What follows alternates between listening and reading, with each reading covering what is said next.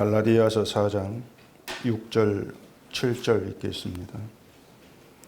너희가 아들임으로 하나님이 그 아들의 영을 우리 마음 가운데 보내사 아빠 아버지라 부르게 하셨느니라. 그러므로 내가 이후로는 종이 아니요 아들이니 아들이면 하나님으로 말미암아 유업을 받을 자니라. 아멘. 기도하겠습니다. 우리는 하나님의 일, 또 하늘의 모든 일들을 알 수 없는 어리석음이 있는 자들입니다. 그러간 우리에게 하늘의 영을 보내셔서 알게 하신 그것이 무엇인지를 오늘 말씀에서 확인하게 하시옵시고, 과연 우리가 하나님의 아들의 자리에서 하나님께서 알게 하신 바된 그것을 따라가는 것인가를 돌이켜 확인할 수 있는 복된 시간 되게 해주시옵소서. 예수님 이름으로 기도합니다. 아멘. 오늘 본문에서 사도 바울이 아들의 영이라는 말을 하고 있습니다.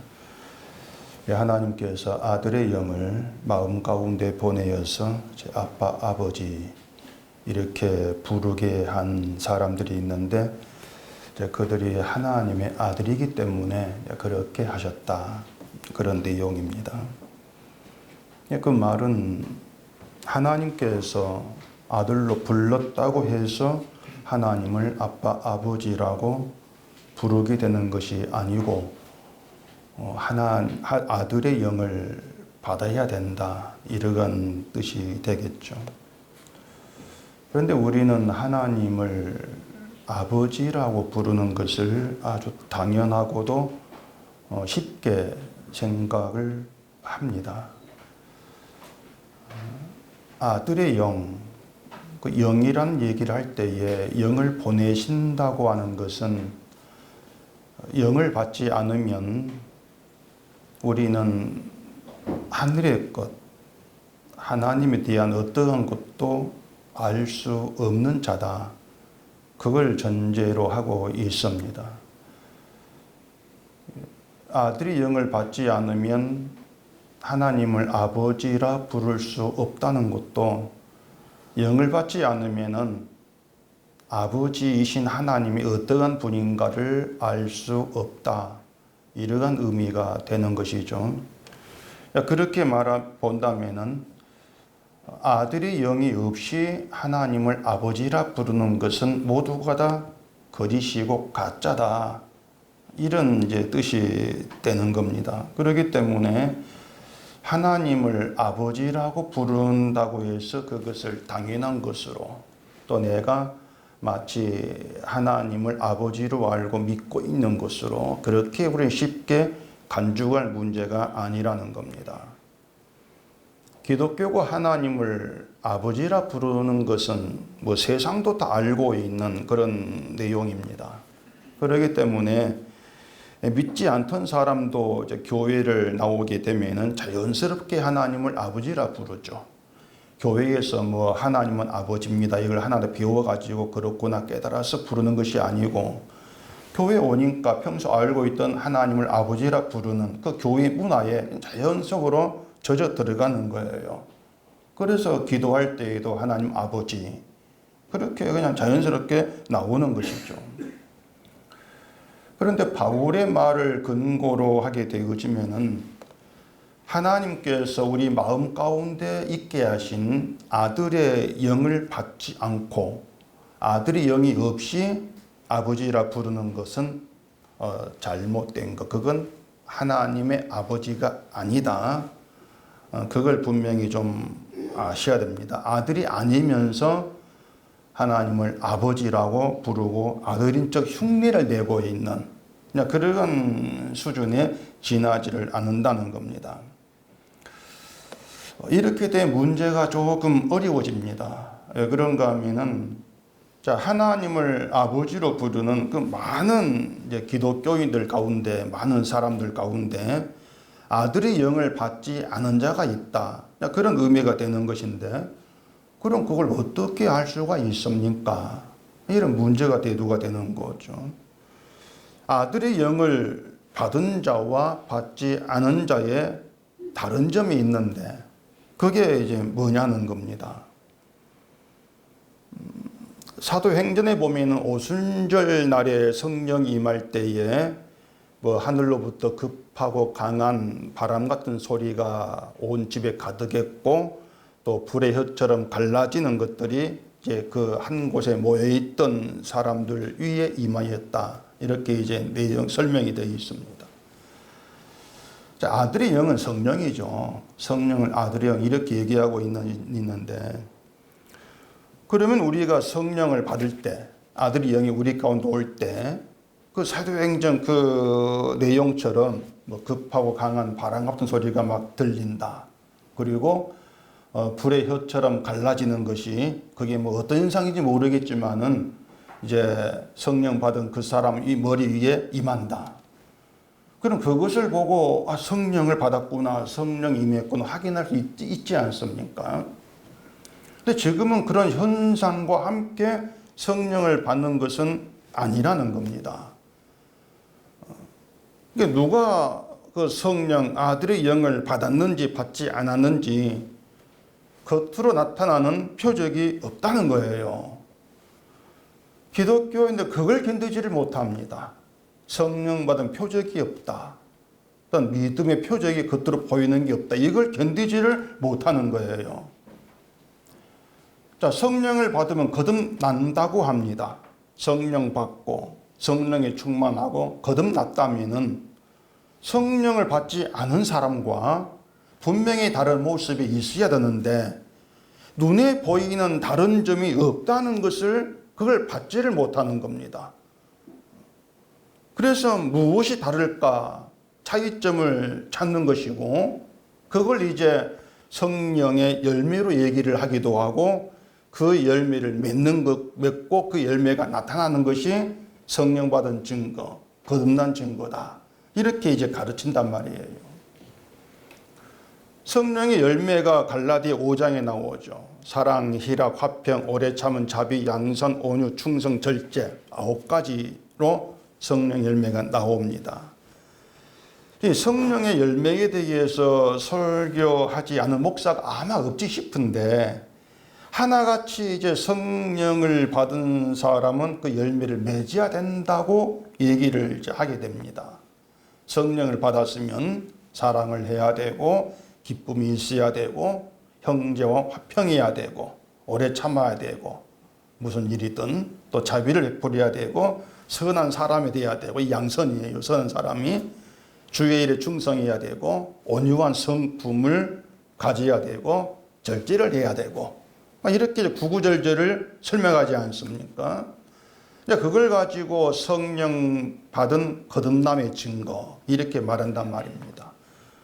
그건 예수가 되라는 말이에요. 사실 열매를 맺으라는 건 너희 예수가 되라는 것인데 그래서 이 사람들이 성령 받은 증거를 보이기 위해서 이제 내가 성품도 행동도 변화되려고 일을 쓰기도 하지만은 성령의 증거는 그런 식으로 나타나고 확인할 수 있는 것이 아니란 말입니다. 성령은 우리의 사고방식과 우리의 시선으로 확인할 수 있는 성령이 아닌 거예요. 그 사도행전에서 뭐 성령 받을 때에 불의 혀같이 임했는데 왜 지금 임하지 않습니까? 뭐 이렇게도 뭐 생각이 되겠지만은 그때 불의 혀같이 우리 각자 머리 위에 임했다고 하는 것은 성령 받을 때 너희가 이런 현상이 있어 이걸 얘기하는 것이 아니고요. 그때 성령 임한 것은 한 곳에 모여 있는 사람들에게 각자 머리에 임했어요. 그게 뭐냐면 성령이 임함으로 인해서 교회라는 모두가 동일하다고 하는 것입니다. 한 곳에 모인 사람에게 임했단 말이에요. 너희는 모두가 동일해. 이걸 나타내 보이는 것이지.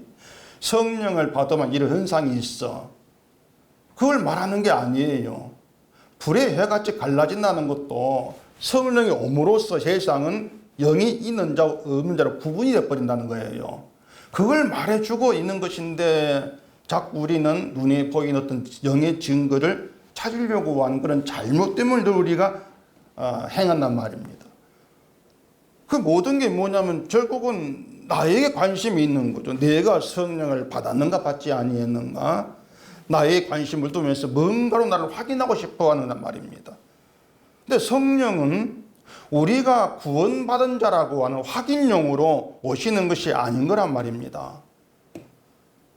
하나님이 아들의 영을 아들로 부르신 자의 마음 가운데 보내시는 것도 이제 너는 내 아들이다. 그러니까 앞으로 지옥 갈 염려, 불안해하지 말고 마음 놓고 살아. 그런 뜻으로 아들의 영을 보내신 것이 아닌 거예요.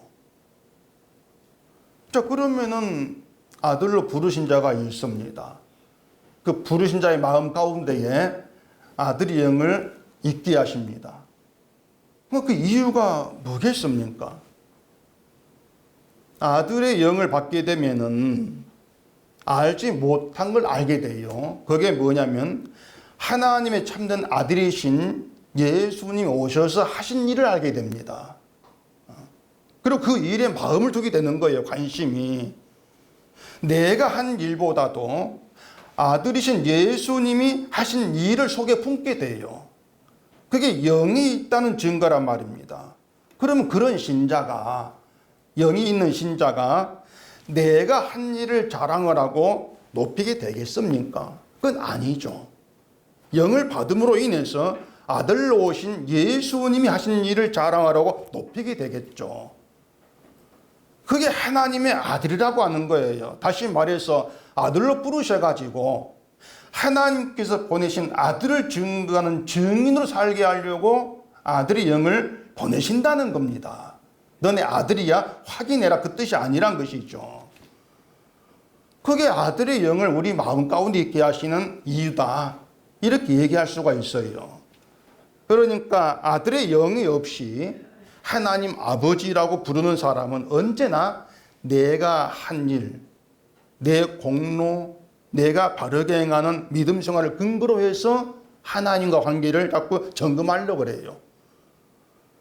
그러면서 내가 잘하니까 하는 관계에도 이상이 없어. 그렇게 생각되면은 하나님이 그런 아들인 나를 사랑하시고 도우실 거에 착각하면서 그런 착각 속에서 하나님을 아버지 부르는 것이죠. 그러니 아버지라 부르면 자꾸 엉뚱한 말이 나오는 거예요. 아버지는 나를 도우시고 나를 이렇게 해주시고 그런 대두하는 말이 나오고 있는 것이죠. 그렇기 때문에 아들의 영이 있는 자와 없는 자가 부르는 아버지 의미가 달라요. 같을 수가 없다는 얘기입니다. 근데 이제 사도 바울이 오늘 본문에서는 성령을 아들의 영으로 이제 부르고 있는데 이 다른 곳에서는 또 다르게 성령을 얘기를 합니다. 로마서 8장을 가보십시다. 로마서 8장 9절. 만일 너희 속에 하나님의 영이 거하시면 너희가 육신에 있지 아니하고 영에 있나니 누구든지 그리스도의 영이 없으면 그리스도의 사람이 아니라. 자, 여기선 성령을 하나님의 영이라고도 하고 그리스도의 영이라 이렇게 얘기합니다. 같은 성령을 다르게 이렇게 표현하고 있죠. 또 그 뒤에 로마서 8장 14절에 보시면은 무릇 하나님의 영으로 인도함을 받는 사람은 곧 하나님의 아들이라. 너희는 다시 무서워하는 종의 영을 받지 아니하고 양자의 영을 받았으므로 우리가 아빠 아버지라 부르짖느니라. 자, 종의 영은 성령이 아니고 약한 영이니까 넘어가고 양자의 영이라고 얘기합니다. 양자의 영, 성령을. 이것을 보면 마치 영이 성령 한 분만 있는 것이 아니라 뭐 각기 다른 여러 가지 영이 있는 것처럼 이제 또 생각될 수 있지 않습니까? 그런데 성령 말고 또 다른 영이 있는 건 아니에요. 성령 한 분이잖아요. 영은 모두 같은 성령인데 바울은 그 한 분 성령을 하나님의 영이라고도 하고 또 그리스도 영이라고도 하고 뭐 아들의 영, 양자의 영 이렇게 다양하게 호칭하고 있다. 이렇게 생각하신단 말입니다. 그렇다고 해서 바울이 그냥 아무렇게나 생각난 대로 하나님의 영이라 그랬다가 양자의 영이라 그랬다가 아들의 영이라 그랬다가 막 제멋대로 말하는 건 아니에요. 지금 다 의미가 있고 이유가 있으면서 그렇게 지금 얘기를 하고 있다는 겁니다. 근데 그걸 모르기 때문에 사실 바울이 좀 마치 이랬다 저랬다는 것처럼 느낄 수가 있는 거예요. 오늘 본문에서는 하나님의 아들의 영을 보내어서 아빠, 아버지라 부르게 하셨다 이렇게 얘기했는데, 로마서에서 양자의 영을 받음으로 아빠, 아버지라 부르게 이렇게 얘기하십니까? 아들과 양자는 다르거든요. 근데 아들의 영을 받음으로 아버지라 부르는데, 로마서는 양자의 영을 받음으로 아버지라 부른다, 이렇게 얘기하죠. 하나님의 아들은 예수님이고 우린 양자예요. 물론 양자도 하나님의 아들이지만 양자라고 하는 것은 본래 아들이 아닌 자지 않습니까? 본래 아들이 아닌데 아들로 입양한 거예요. 우리가 하는 것처럼 아들로 삼아준 거예요.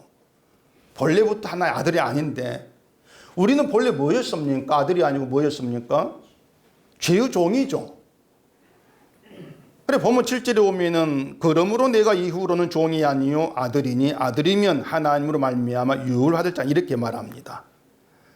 아들의 영을 받아서 이젠 종이 아니라 넌 아들 되었어. 종을 아들로 삼았다는 얘기죠. 근데 로마서는 아들의 영이 아니라 양자의 영을 받아가지고 아버지라 부르짖는다. 왜 그렇게 얘기하나 그 말입니다. 그냥 로마서에서 아들의 영을 받아가지고 아버지라 부르는 이렇게 얘기 안 하고 말이죠.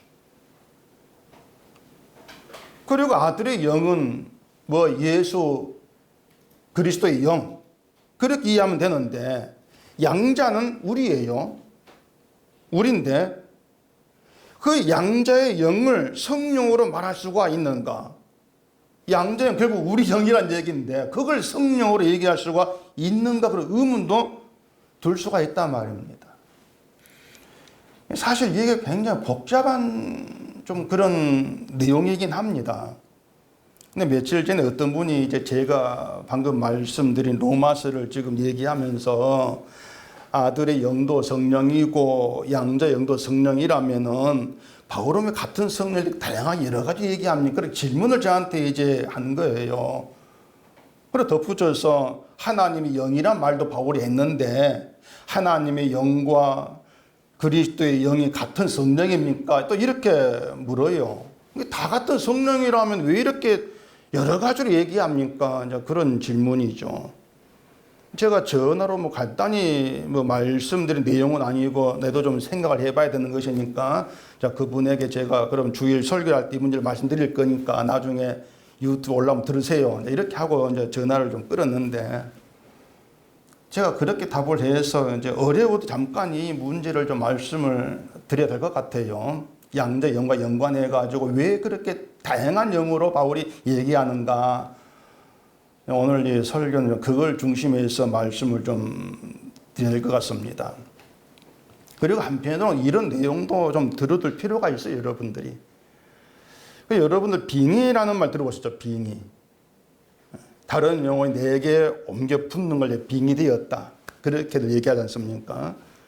무당들은 이것을 귀신이 옮겨 붙은 것으로 말하는데 이제 귀신이 씌었다, 이렇게 말하기도 하고요. 빙의가 되면은 본래 그 사람의 영혼이 빙의한 영혼에 사로잡혀서 그 영혼으로 활동하게 된다고 하지 않나요? 우리가 성령을 받는다는 것을 이제 그런 의미로 한번 생각해 보자는 겁니다. 제가 좀 쉽게 설명하려다 보니까 별말을 다 하는데, 이 성령 받은 게 빙의된 것이란 말이 아니에요. 그런 의미로 보자, 그 말입니다. 오해하지 마시고. 자, 아까 로마서 8장 15절에서 우리가 다시 무서워하는 종의 영을 받지 않고 양자의 영을 받았다, 이렇게 얘기를 했습니다. 종의 영을 받지 않았다, 양자의 영이다. 이게 무슨 말인가 하면은 우리가 본래 종의 영혼으로 살았단 말이에요. 종의 영혼인데 그런 우리에게 양자의 영이 들어왔다는 겁니다.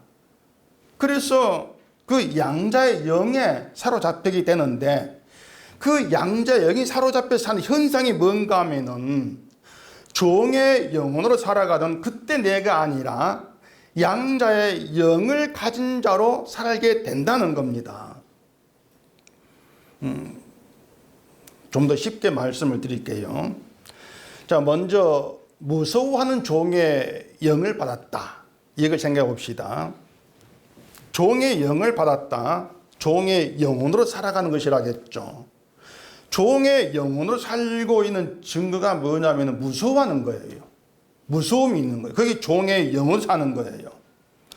우리가 알고 있는 그런 무서운 거 말고 기독교인들에게 있는 무서움이에요. 그게 뭐겠습니까? 기독교인에게는 무서움이 뭐예요? 여러분들 무서움 안 타봐서 그걸 모르시겠습니까? 기독교인들은 너나 할 것 없이 있는 무서움. 내가 하나님 말씀대로 살지 못하면 지옥 가는 건 아닐까? 그런 무서움들이 우리 속에 깔려 있습니다. 그것을 종의 영혼으로 말하는 거예요. 그런 무서움이 있다는 것이. 종이라고 하는 것은 주인의 말을 어긴다거나 또 주인에게 잘못한 게 있으면은 그 주인에게서 쫓겨나가지고 다른 곳에 팔려갈 수 있는 그런 처지입니다. 늘 주인 눈치를 봐야 돼요. 항상 내 주인 눈치를 봐야 되고 주인이 나를 어떻게 볼까 염려하고 또 불안해하면서 행여 내가 잘못하면 쫓겨나지 아니할까. 그러다 보니까 주인 마음에 들기 위해서 내가 잘해야 돼. 이런 생각에 붙들리는 거 아닙니까? 그게 종의 영혼으로 사는 것이거든요. 근데 사람은 기본적으로 신을 대하는 그것이 그런 종의 영혼의 모습이라는 얘기입니다. 하나님을 대하는 사람들이 기본적으로 그런 종의 영에 사로잡힌 그런 모습으로 하나님을 대해요. 종의 영혼으로. 그렇기 때문에 늘 자기를 보죠. 자기를 바라보면서 내가 어떻게 지금 신앙생활을 하지? 나를 돌아보고 점검한다고 하면서 뭔가 잘못된 게 있다고 생각되면 하나님 말씀대로 하지 못한다 이런 생각이 들게 되어지면 혹시 이런 날 하나님께서 벌 주지 않냐고 무서움이 있죠. 죽일 빠지면은 혹시 하나님께서 나를 벌 주지 않냐고 무서움, 그런 불안감 그게 있는 거예요. 네가 예수를 믿는데 늘 죄를 행하고 엉터리로 살아가. 이런 내가 천국 가나 지옥 가는 건 아닌가? 그런 무서움들. 그게 있잖아요. 그게 뭐냐 하면 종의 영혼으로 종의 위치에서 하나님을 아버지라 부르고 있단 말입니다. 그런 아버지는 없는데. 그걸 생각해 보면은 지금의 기독교인들이 종의 영혼으로 하나님 자꾸 부르고 있다는 쉽게 우리가 알 수 있잖아요. 종이면서 아들인 척 흉내를 내고 있단 말입니다. 자, 그럼 이처럼 종이 영혼으로 사는데 다른 영혼이 들어와요. 양자의 영이 들어옵니다. 양자의 영이. 양자의 영이 들어와서 종의 영혼을 사로잡고 종이 아니라 하나님의 양자로 살게 합니다. 그러면은 종의 영혼과 다른 모습을 보이지 않겠습니까? 그 다른 모습이 뭐냐고 하는 거예요. 머리에 빛이 나고 그런 모습이 아니란 얘기입니다. 말씀드린 것처럼 종은 주인 집에 계속 살아야 되고 주인 칭찬받고 상도 받기 위해서 주인에게 잘 보여야 한단 말이에요. 주인 마음에 들어야 돼요. 반면에 양자는 본래는 주인 아들이 아니었지만 주인 입양을 해서 아들로 삼았습니다. 아들 되었어요.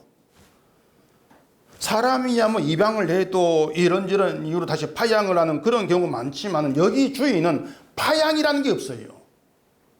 한번 양자로 싸우면은 파양이 없어요. 그 입양을 한 양자가 어떤 잘못을 해도 이제 넌 내 아들 아니야. 다시 종으로 돌아가. 이런 거 없단 말입니다. 양자가 된 아들이 양자의 영을 받아서 성령을 받아서 나를 아들로 삼은 아버지가 그런 분이다. 아버지의 사랑, 그런 사랑 이걸 알았다면은 종의 영혼을 가진 것처럼 내가 잘못 어떡하지 그런 무서움으로 돌아가겠냐 그 말입니다. 그런 무서움이 없단 말이에요. 그게 양자의 영으로 하나님을 부르고 있는 겁니다. 그게 양자의 영을 받은 거예요. 내가 잘하는가 못하는가, 내가 잘해야지, 이걸 생각을 하면서 내가 잘하니까 하나님이 나를 기쁘게 보시겠지, 이게 아니고, 그걸 생각하면서 아버지라 부르는 것이 아니고 양자의 영 가운데에서 나를 보면은 지금도 파양이 돼야 마땅한데 여전히 아들로 삼고 계시는 하나님의 그 사랑을 알고 그 사랑이 고마운 거, 그게 양자의 영이 있단 말이에요. 그게 증거입니다. 영을 받았다는. 이 정도면 이해는 하시겠죠. 제가 최선을 다해 설명했으니까 쉽게. 그래, 우리가 이제 성령을 받게 되면 우리 영이 오게 되어지면은 그냥 그래요. 우리가 내가 알고 있던 하나님이 아니었구나, 이걸 당장 눈치를 채는 겁니다. 그동안 내가 내 행실을 살피면서 내가 못하면 안 되는데, 못하면 상을 못 받고 벌 받을 것인데, 그렇게 알았던 하나님이 그 아버지가 아니었구나, 그걸 아는 거죠. 그걸 모를 수가 없는 거예요. 그러니 하나님 우리에게 성령을 보내셔서, 야야, 너 아들 아니었는데 내가 너를 아들 삼았잖아, 너를 아들 삼은 나의 사랑은 이런 거야, 이걸 알게 하시는 거고, 그 사랑 가운데에서 하나님을 아버지라 부르게 하시려고 우리에게 성령 왔다, 그런 의미에서 양자의 영, 이걸 이렇게 얘기하는 것이에요. 때문에 양자의 영을 받게 되면은 난 아들이 아니었는데 아들 되었어. 그것 때문에? 아버지 사랑 때문에. 그게 분명히 나오는 거예요. 아들 아니었는데, 난 종이었는데 아들 삼았어. 그걸 알게 하는 게 성령이다. 바울은 그걸 얘기하려고 양자의 영, 이렇게 얘기하는 겁니다. 종의 영과 대비해서 양자의 영. 아들을 보내서 우리의 죄를 대신 지고 저주받게 하신 사랑으로 충만한 분이 우리 아버지시고, 그 아버지의 사랑, 어떤 경우에도 변하지 않고 치솟지 않는 완전한 사랑, 이걸 믿게 하는 거죠. 그래서 성령, 양자의 영을 받게 되어지면은 나의 죄와 허물로 인해서 아들 관계에서 끊어지는 건 아닐까, 절대 그런 무서움이 없습니다. 그런 무서움이 아니고 무엇으로도 끊어지지 않는 그 사랑, 완전한 그 사랑에 감사함이 있고 그 사랑을 즐기고 기뻐하고 누리게 되는 거예요. 그게 아들이죠. 이것이 종과 다르게 아버지가 누구인가를 아는 양자대입니다. 그렇게 설명이 되죠. 이걸 설명하려고 종의 영을 말하면서 그걸 대비해서 양자의 영으로 그렇게 얘기하고 있단 말입니다. 그리고 본문 7절에서 종이 아니요 아들이다, 그 말이 의미를 잘 생각해 보시면 돼요. 아들이 아들다움은 무서움이 없이, 나로 인한 무서움 없이 나 같은 자를 아들 삼으신 하나님의 그 사랑에 감사하는 거, 그게 아들이 아들다움, 이렇게 얘기가 되는 것이죠.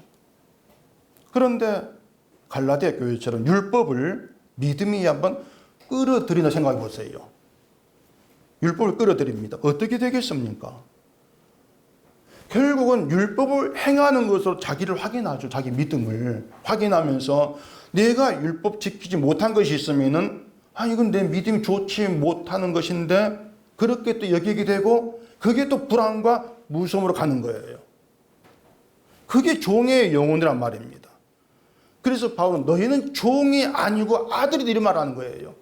종이 아니냐, 그 얘기하는 거죠. 그런데 왜 무서워해, 아들인데. 그래서 종의 영혼을 가진 자가 아버지 부르는 것하고 양자의 영혼을 가진 자가 아버지 부르는 것하고 달라요. 아버지가 달라요. 그러면은 아들의 영은 어떤 의미로 말하는 것인가 생각해 보세요.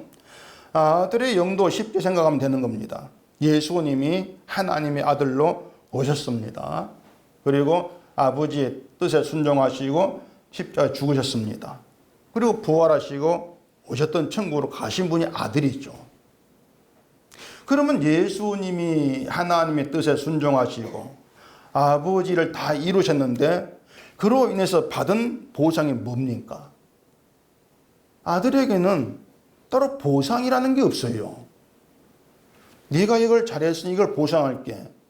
아들에게는 보상이라는 게 없습니다. 잘했다고 따로 보상을 받는 건 종이지 아들이 아닌 거예요. 아들은 이미 유업을 받을 상속자예요. 상속자는 아버지 것이 몽땅 내 아들 것이다 그 말이지 않습니까? 아버지께 속한 것이 아들의 것이에요. 그리고 아들의 영을 받은 자도 아들 영의 상속자예요. 아들과 함께. 다시 또 로마서 8장을 한번 보십시다. 로마서 8장 17절. 자녀이면 또한 상속자 곧 하나님의 상속자여 그리스도와 함께한 상속자니 우리가 그와 함께 영광을 받기 위하여 고난도 함께 받아야 할 것이니라. 생각하건대 현재의 고난은 장차 우리에게 나타난 영광과 비교할 수 없도다. 자, 여기 상속자 아들 얘기하면서 고난을 얘기합니다. 보상이 아니라. 하나님의 아들이신 예수님이 고난의 길로 가셨잖아요. 그리고 바울은 하나님의 아들로 부름받은 신자는 그 고난 길로 가신 아들과 함께 상속자이기 때문에 고난도 함께 받아야 한다고 얘기합니다. 하늘에 좋은 것만 상속자 이렇게 생각하지 마세요. 예수께 연합된 자로 그 아들과 함께 고난도 받아야 돼요. 그게 하나님의 아들이에요. 근데 그것은 우리가 하나님을 찾는 목적과 전혀 안 맞습니다. 그것이 고난 받는다는 것이. 사람들이 뭐 하나님의 아들이니 사랑이니 은혜니 이런 말을 좋아하는 이유는요, 그런 단어들을 자기에게 이익이 되는 의미로 해석하기 때문에 좋아하는 겁니다. 하나님의 아들, 그러면 아들이니까 하나님이 나를 지켜주고 보호하시겠지. 그런 의미에서 아들이란 말을 좋아하는 거예요. 사랑, 하나님 아들이 나를 사랑하시고 잘 되게 해주는 사랑이겠지. 그렇게 생각하기 때문에 사랑이란 말이 좋은 거예요. 몽땅 성경의 말을 그렇게들 해석하지 않습니까? 상속자란 말도 그렇게 해석해 버립니다. 이 상속이 뭔지는 모르겠는데 어쨌든 천국의 모든 좋은 걸 내가 상속받아. 천국 가면 그걸 내가 누리게 돼 있어. 그렇게 생각하니까 상속자란 막연하게 좋은 거예요. 그냥 막연하게. 근데 바울은 그 상속자이기 때문에 그리스도와 함께 영광받기 위해서 고난도 함께 받아야 된다. 그렇게 얘기한단 말입니다. 아들이 고난받았으니까 아들이 영을 받은 자도 그 고난에 함께 한다는 거예요. 고난을 빼버린 아들, 이건 없다는 겁니다. 내가 먹기 싫은 건 잘라 버려버리고 단맛 나는 그것만 골라 먹는 그런 아들은 없다는 거예요. 너희가 아들임으로 아들이 영을 보내신다고 하지 않습니까? 아들이기 때문에 아들로 오신 예수님의 고난에 함께 하게 하는 것이고 아들이신 예수님과 함께 유혹을 받게 하겠다는 겁니다. 그런 점에서 성령을 아들의 영으로 말한 것으로 이해할 수가 있는 거예요. 아들의 영을 통해서 아들과 함께 고난받는 거, 이게 하나님의 아들 된 자구나, 그걸 알게 한다는 것입니다. 때문에 성령이 우리를 아들이신 예수님이 가신 고난의 길로 인도해 가시면서 그 고난에 함께 하게 하는 그런 의미에서 아들의 영, 이렇게 얘기할 수가 있는 것이죠. 근데 고난도 좀 잘 이해를 해야 되는데, 우리가 예수님의 고난에 함께 한다는 것이 뭐 예수 믿는다고 뭐 왕따 당하고 핍박을 받고 어디 가서 매 맞고 이런 것을 얘기하는 게 아닙니다. 고난을 그렇게 생각을 하게 되어지면은 아들의 영을 받은 모든 자가 보편적으로 받는 고난이 아닌 게 돼요. 우리가 똑같이 예수를 믿어도 어떤 사람은 좀 편안한 환경에서 믿음 생활을 할 수가 있고 어떤 사람 믿음 지킨다고 고생할 수도 있단 말입니다. 그러면은 편안하게 믿음 생활하는 사람은 고난과 상관이 없는 것이냐는 얘기예요.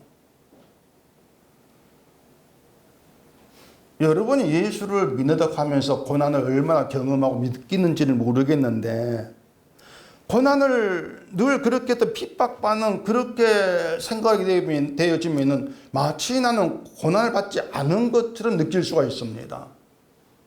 근데 고난받지 않는 하나님의 아들은 없습니다. 하나님의 아들이라면은 누구나 똑같이 고난에 함께하고 있는 거예요. 모두가 똑같이.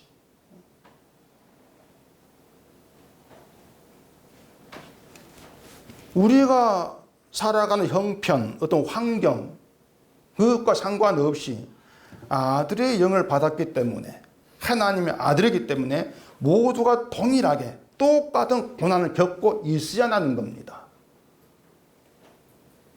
그래야 고난을 얘기할 때에 서로 마음이 통하고 생각이 통하고 말이 통할 것 아닙니까? 그것을 아들이 영을 받아서 하나님의 아들로 하나 된 관계다. 그게 교회다. 이렇게 얘기할 수가 있는 것이죠. 예수님은 하나님의 아들로 오셨잖아요. 그러면은 하나님을 믿는 유대인들에게 경배를 받아야 돼요. 하나님의 아들이니까. 근데 오히려 예수님의 존재 자체가 무시를 받았고, 예수님께서 전하신 그 말씀, 하늘의 복음도 조롱을 받았습니다. 거부를 받고. 그러니까 예수님의 고난을 생각할 때에 십자가에 죽으신 것만 생각하시면 안 돼요. 예수님이 세상에 오신 것부터가 이미 고난이에요. 오신 것부터가. 그러니까 무슨 말이냐면 세상은 예수님을 알아보지를 못합니다. 예수님을 하나님의 아들로 알아볼 수 없는 그런 세상에 오셨다는 거, 그 세상에 계신다는 것 자체가 이미 고난이에요. 그 자체가. 우리가 예수님의 고난에 함께하는 의미도 그런 의미로 우리가 이해하셔야 된단 말입니다. 우리가 아들의 영을 받아서 알게 된 것이 뭡니까? 아들이잖아, 복음이죠. 복음을 알게 돼요. 그 복음은 세상으로부터 진리, 생명의 말씀으로 인정받지를 못합니다. 심지어 교회도 복음을 거부합니다. 겉으로야 뭐 복음을 전한다 하죠. 근데 정작 참된 복음을 접하게 되어지면은 이건 교회 발전 도움이 안 된단 말이에요. 그러니 그걸 거부하는 거예요. 밀쳐내는 것이에요. 교회를 찾아와서 하나님을 아버지라 부르는 교인들도 내가 원하는 목적을 이루어주지 않은 내 목적과 상관있는 그런 복음을 싫어하게 되어 있습니다. 왜 자꾸 십자가만 얘기하냐 그 말이에요. 내게 복이 되는, 내가 좋아하는 그런 내용도 있어야 되지. 그래 진짜 복음을 거부할 수밖에 없죠. 그렇기 때문에 예수님이 전하신 그 복음을 알게 되고 그 복음을 믿는다는 것 자체가 고난이에요. 그 자체가.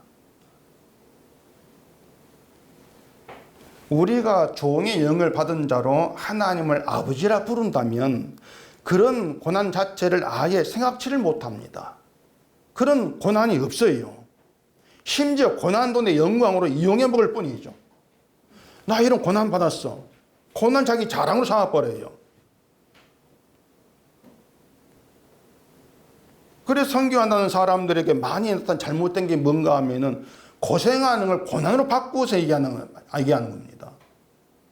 난 이렇게 고난받으면 예수를 전하는데 너희는 편하게 예수 믿잖아. 그래 나를 도와줘야지. 근데 세상 어디에도 편하게 예수 믿는 건 없습니다. 이 땅 자체가 복음을 안고 있는데 편해진다? 없어요. 부자로 산다 할지라도 복음을 알고 그 복음을 나에게 가장 존귀한 것을 믿고 있다면 주님의 고난에 함께하고 있는 거예요. 그것이. 고난은 우리가 머물고 살아 환경과 무관한 것이에요. 세상 자체가 복음을 거부한다. 그런 점에서 이 세상의 고난의 환경이다.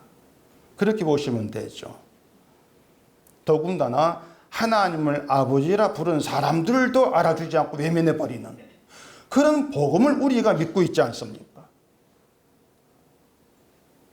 그래서 아들 영을 주시고 아들이신 예수님이 가신 고난의 길을 바라보게 하시고 하나님이 나를 아들로 부르신 것도 그런 고난에 함께하게 해서 예수님이 행하신 그 일의 존귀함을 증거한 증인되게 하겠다는 것입니다.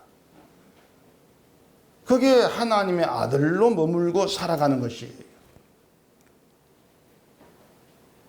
그런 점에서 아들의 영을 받고 아들된 신자는 예수 그리스도의 증인이란 점에서 모두가 같은 길로 인도받고 있는 동력자 관계에 있는 것입니다. 모두가 똑같이 고난의 길로 인도받으면서 그 고난 속에서 복음을 나타내야 되고 주님을 높이면서 주님의 증인으로 살아가는 것. 이게 동력자예요.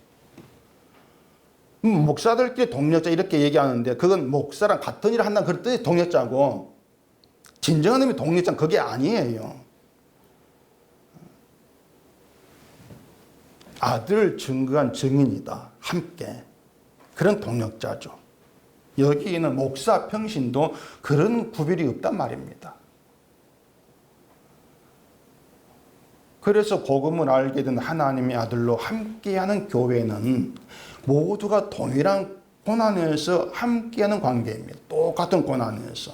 그렇기 때문에 서로의 믿음을 저울질하고 따지고 비난하고 판단하는 것은 아들이 아니고 서로가 종으로 함께하는 거예요. 서로가. 종의 영혼으로 함께할 때 거기에서 나오는 것이 서로 따지고 판단하고 비판하고 저울질하는 거죠.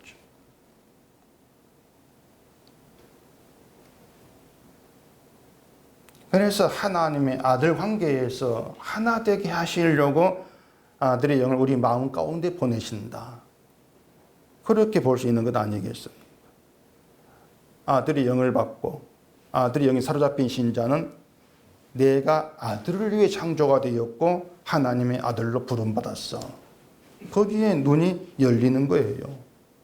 아들의 영이 없으면 절대 그런 알면 있을 수가 없습니다.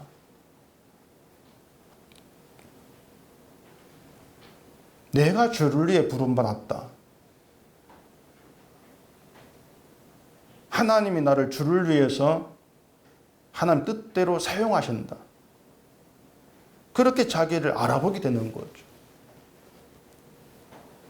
그게 아들의 영이 우리 가운데 역사하고 있다는 증거가 된단 말입니다. 골로새서 1장을 가보십시다. 골로새서 1장 16절입니다.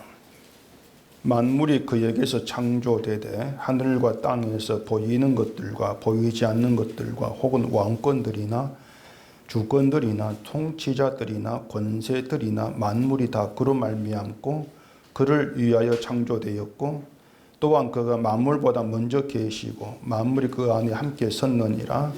그는 몸인 교회의 머리시라. 그가 근본이시요 죽은 자들 가운데서 먼저 나신 이시니 이는 친히 만물의 으뜸이 되려 하심이요. 자, 만물이 그에게서 창조되되 이런 말이 있고 또 만물이 다 그로 말미암고 그를 위하여 창조되었고 이렇게 얘기하지 않습니까? 이것을 단순히 예수님께서 만물을 창조한 창조주시구나 이렇게만 생각하면 안 돼요. 이 말은 예수님이 아니라면 만물이 창조될 이유가 없다는 뜻입니다. 예수님이 아니라면 하나님 우리를 아들로 부르실 이유도 없다는 거예요. 예수님이 아니라면 그러니까 우리를 구원하기 위해서 아들을 부르신 것이 아니고 아들을 위해서 불렀다 그 말입니다. 아들을 높이라고 아들이 영을 보내시고 아들로 삼았어 그 뜻이죠. 그렇기 때문에 예수님이 아니라면 우린 사실 존재할 필요도 없고 존재할 수도 없는 거예요. 양자될 이유도 없는 거예요. 근데 이런 하나님의 그 뜻과 이런 하나님의 생각 우리 어떻게 할 수가 있겠습니까? 내가 아들 된 것이 예수님 때문이구나. 예수님 위해서구나. 누가 그런 생각을 해요? 그냥 날 구원하시려고 아들 삼았어. 그냥 그렇게 생각 넘어가는 것이죠. 우리는요, 하나님의 생각 죽었다 깨어나도 모릅니다. 우리는 내 생각만 하고 살아가요. 내 생각만. 하나님의 생각도 내 중심으로 해석을 해버리죠. 근데 성령을 보내시면 하나님의 뜻과 생각이 무엇인가를 말씀을 통해 우리가 깨닫게 되어진단 말입니다. 그런 성령을 두고 하나님 영이라고 얘기하는 거예요. 하나님을 알게 한 영, 하나님의 생각에 너희를 끌어당기는 영, 그런 의미에서 하나님이 성령을 또 하나님의 영, 이렇게 얘기하고 있는 것이죠. 예수님을 그의 몸된 교회의 머리라고 하잖아요. 그래서 교회는 예수를 위해 존재하는 것이고 예수를 위해서 산다는 것인데, 그건 예수를 위해 뭘 하라 이 말이 아니고 십자가에 피 흘려 죽으신 주의 이름만 높이라 그거예요. 그게 교회에 너희를 세운 이유가 그 뜻입니다. 그러니까 주의 이름을 높이고자 하시는 그 뜻이 아니라면 교회도 존재할 이유가 없는 것이죠. 그렇게 모든 게 예수님 안으로 통일돼 버리는 거예요. 모아지고. 로마서에서 그리스도 영이 없으면 그리스도 사람이 아니라고 했는데, 이것도 성령을 이제 그리스도 영으로 말하면서 그리스도의 사람이 누구인가를 가르치는 것으로 보시면 돼요. 바울이 3장 13절에서 그리스도께서 우리를 위해서 저주를 받으셨다고 얘기하지 않습니까? 그리스도가 저주를 받은 십자가에는 조롱과 천대로 가득합니다. 네가 하나님의 아들이거든 너를 구원해 싶다 내려오거라, 그런 조롱들. 세상에 그렇게 예수를 조롱하는 거예요. 자기도 구원 못 받으면서 무슨 하나님의 아들이라고 하는 것이죠. 그러면은 그리스도 영이 있는 그리스도의 사람은 그 영으로 인해서 무엇을 느끼겠습니까? 그 예수 그리스도가 우리를 위해서 조롱과 천대 가득한 십자가에서 저주를 받으심으로 내가 죄에서 속량이 되었어. 그것도 역시 예수 안에 있는 모든 사람이 동일하게 느끼고 경험하는 그리스도 은혜예요. 그것이 동일하게 느끼는. 그렇게 예수 그리스도 영이 있는 사람은 예수 그리스도 행하신 그 일만 높이고 자랑하는 그런 자로 함께하게 되어진다는 겁니다. 자기 자랑이란 게 없다고 하는 것이죠. 그래서 지금까지 말씀드린 이 모든 것이 성령 받은 그리스도의 사람, 하나님의 아들에게 나타나는 특징이라고 할 수가 있는 거죠. 그래서 성령을 받게 되어지면은 모두가 똑같이 세상에 오셔서 십자가의 길로 가신 예수님을 생각하게 되고 같은 고난을 느끼는 거예요. 생활은 달라도 느끼는 고난은 똑같은 그 경험이에요. 그게 경험이에요. 그것으로 인해 같은 길로 인도하고 있구나, 이걸 아는 거죠. 근데 율법이 들어오면은 거기에 하나됨은 찾아볼 수 없게 되어버린단 말입니다. 모두 각자 종의 영을 받은 상태에서 나만 잘하면 되는 것이죠. 나만 잘하면 되고 내가 잘해가지고 상 받고 내가 뭐 천국 가면 되는 것이지, 거기에 하나됨은 있을 수가 없는 거예요. 자, 하나님 우리 마음 가운데 아들의 영이 있게 하셨습니다. 아들의 영이 있으므로 알게 되어지는 것은 나는 하나님을 위해서 아무것도 한 게 없는데 아들로 오신 예수님이 하나님의 모든 뜻을 이루었다는 것입니다. 항상 죄에 끌려 살아가는 내가 할 수 없는 일을 아들이 다 이루었다. 그래서 알게 되는 것이 영원한 저주 아래 있어야 될 내가 예수님 하신 그 일 때문에 거룩한 하나님의 아들로 양자로 부름 받았다고 하는 거죠. 그리고 하나님의 아들을 보내어서 이루신 그 구원을 통해서 하나님의 사랑과 은혜를 보게 되고 그 사랑에 감사함으로 우리 속에 살아가게 되는 거예요. 그 사랑을 나타내는 증인, 주님께서 하신 일을 높이고 증거하라고 아들의 영을 우리 마음 가운데 두셨다는 것입니다.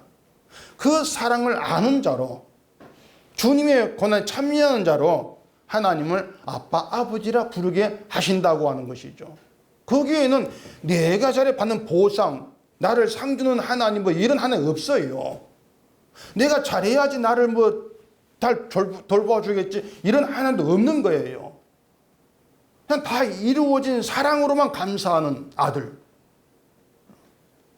그 사랑 때문에 조롱도 괜찮고 무시도 괜찮아.